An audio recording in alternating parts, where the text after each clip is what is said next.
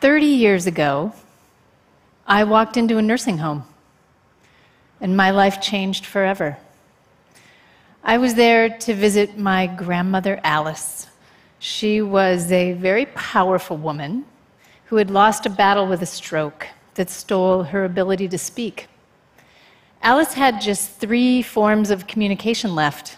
She had this sound that was like tss, tss, tss, that she could shift in tone from emphatic, no, no, no, to enticing, yes, you've almost got it.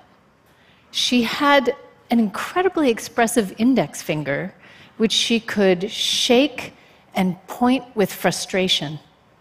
And she had these enormous pale blue eyes that she could open and close for emphasis, saying, wide open seemed to say, yes, you've almost got it. And closing slowly was, well, it didn't really need much translation.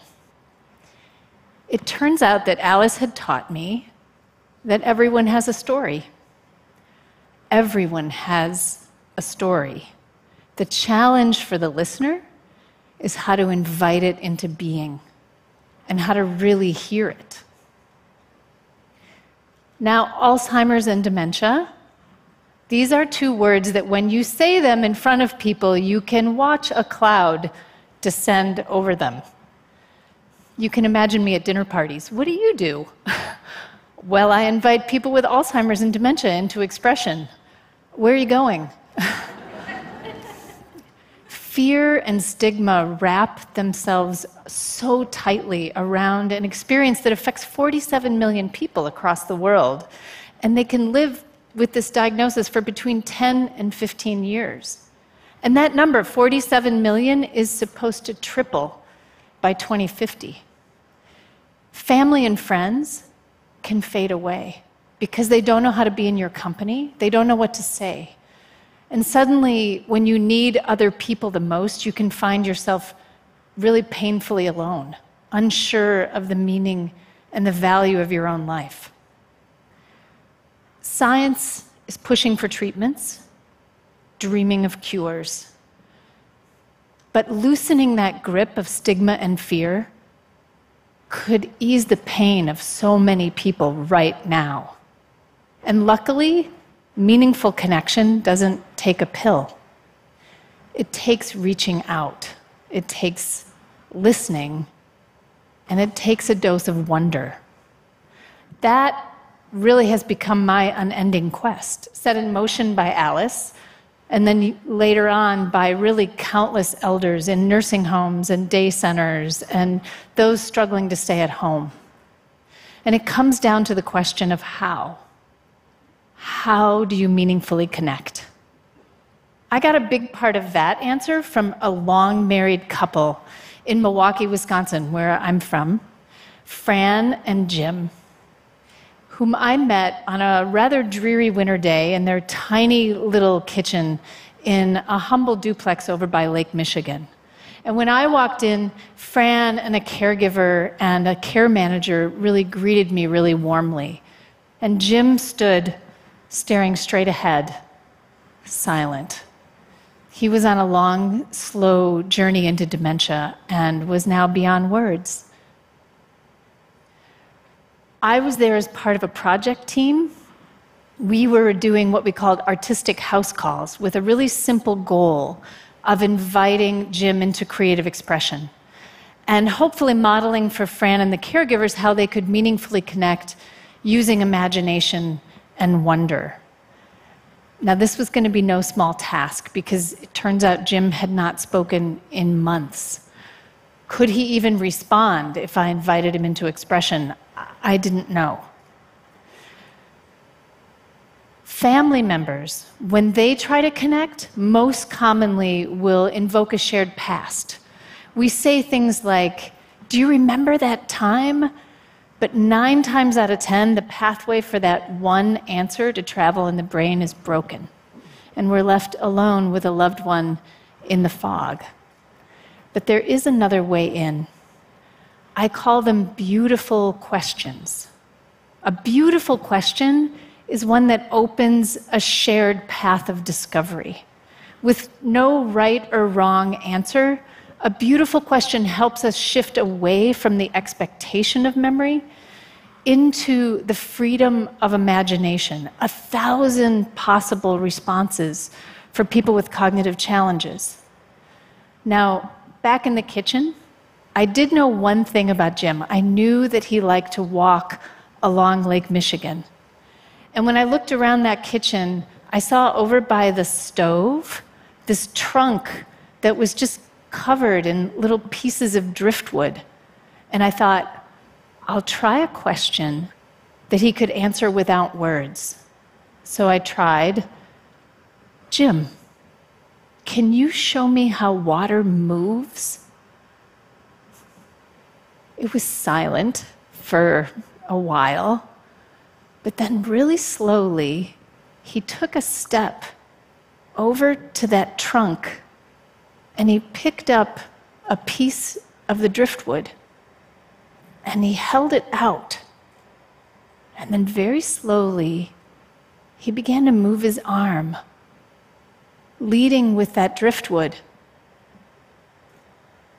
In his hand, it became buoyant, in sync with the motion of the waves that he made with his arms.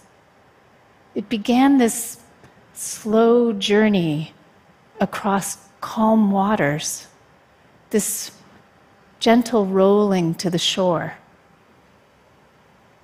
Transferring his weight from left to right and back again, Jim became the waves. His grace and his strength just took our breath away. For 20 minutes, he animated one piece of driftwood after the other. Suddenly, he was not disabled. We were not gathered in this kitchen for a care crisis. Jim was a master puppeteer, an artist, a dancer. Fran later told me that that moment had been a turning point for her, that she learned how to connect with him even as he progressed through the dementia. And it really became a turning point for me too.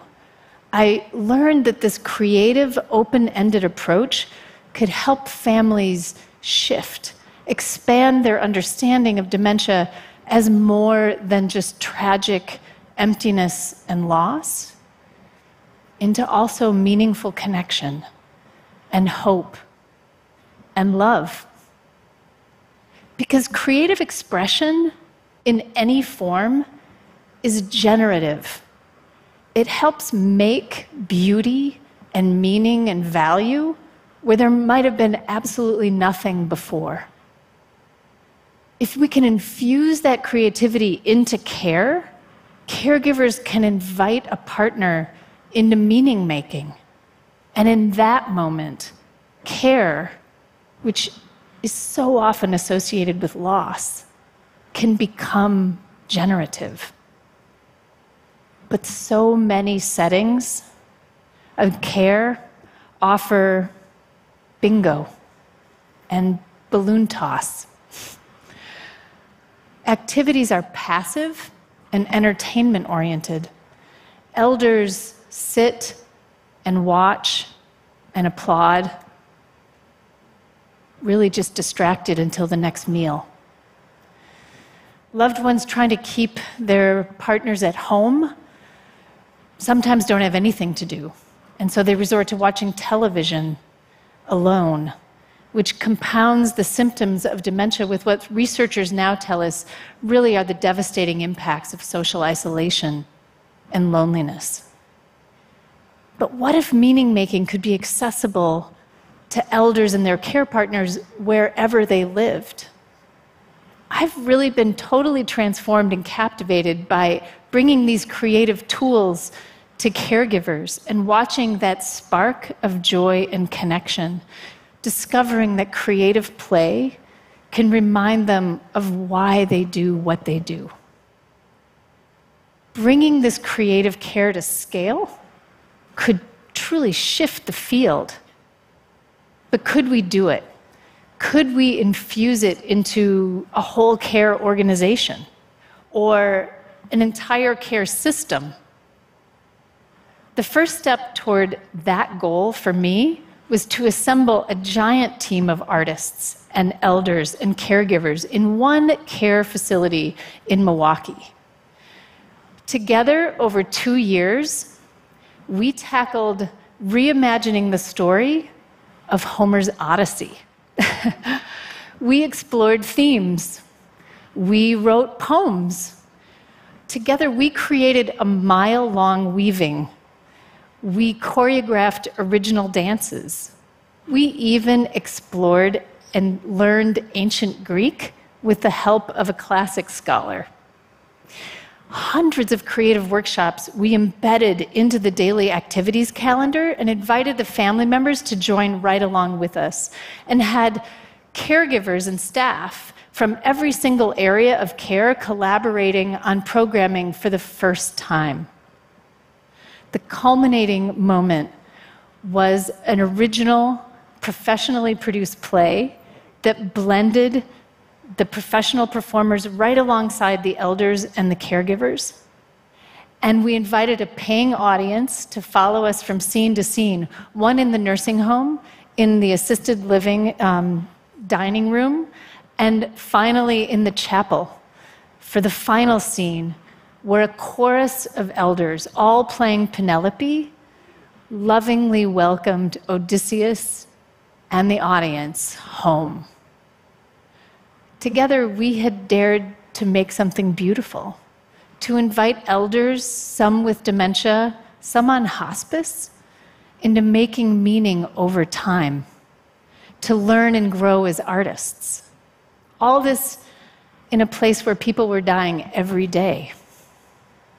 I find myself now in a place where I'm having to tackle this challenge of meeting a person with dementia across that gap in a more personal way. At a family dinner over the holidays, my mother, who was seated next to me, turned to me and said, "Where's Annie?" My funny and beautiful and feisty mother had been diagnosed with Alzheimer's. And I found myself in that place that everyone dreads. She didn't recognize me. And I had to figure out fast if I could do what I'd been coaching thousands of other people to do, to connect across that gap. "Do you mean Ellen?" I said, because my sister's empty chair was just right across the table from us. She just went to the bathroom. And my mother looked at me, and then something deep inside sparked, and she reached out and smiled and touched my shoulder, and she said, "You're right there." And I said, "Yes, I am right here." I know that that moment is going to happen again and again, not just for me and my mom, but for all 47 million people across the world and the hundreds millions more who love them. How will we answer this challenge that is going to touch the lives of every family? How are our care systems going to answer that challenge? I hope it is with a beautiful question, one that invites us to find each other and connect.